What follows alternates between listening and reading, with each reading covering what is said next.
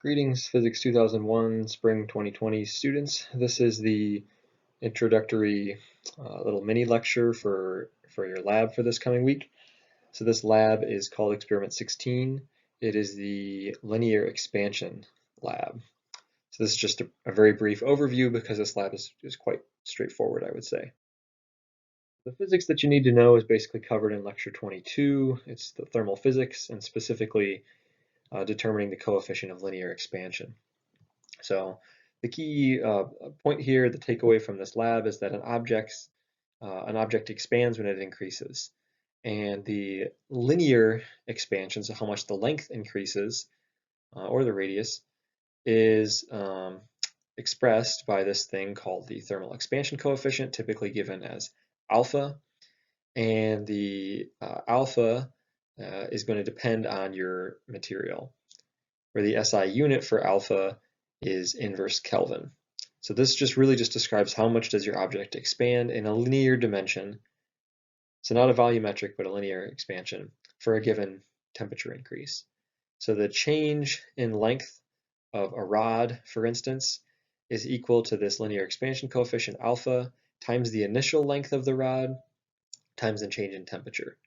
So for instance, you would measure the temperature of a rod and measure its initial length, L0.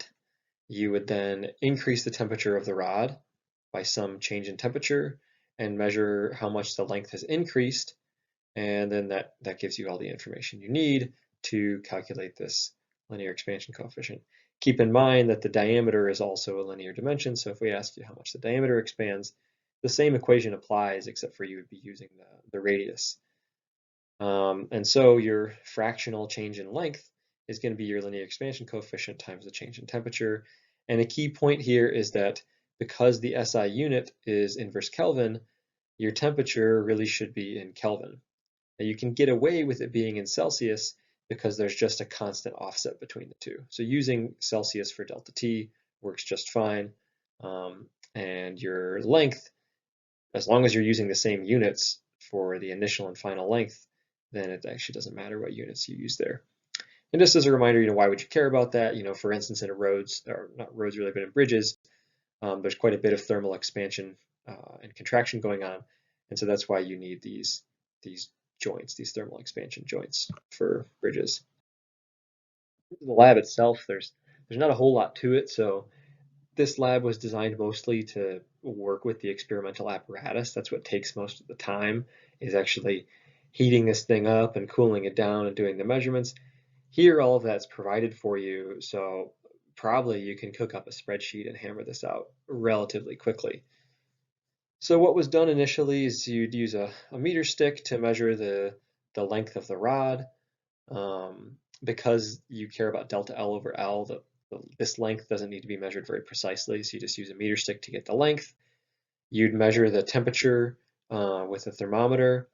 Then we have this interesting device where you boil some water to create steam and let steam into this housing where the rod is inside. That heats up the rod. You do that for some time and then you can measure the new temperature with your thermometer. Meanwhile, once you've heated the rod, it has expanded, as we just covered. And so what we have at the end is initially you set up this rod compressed on this depth gauge here. And when you heat the rod up, the rod expands and the depth gauge goes in and the dial turns. And so initially what you do is you were basically looking at the reading on the depth gauge before and after. In this case, the number is just given to you, so you can go ahead and get delta L and L, which are just given. The change in temperature is given, and you can calculate alpha, the linear expansion coefficient. And you do this for an aluminum rod and then for the iron rod, and that is all that there is to it.